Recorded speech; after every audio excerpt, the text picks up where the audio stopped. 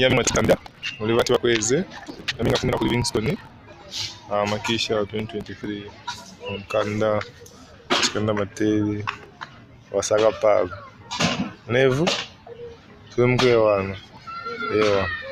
Thanks for watching. Yeah, appreciate much.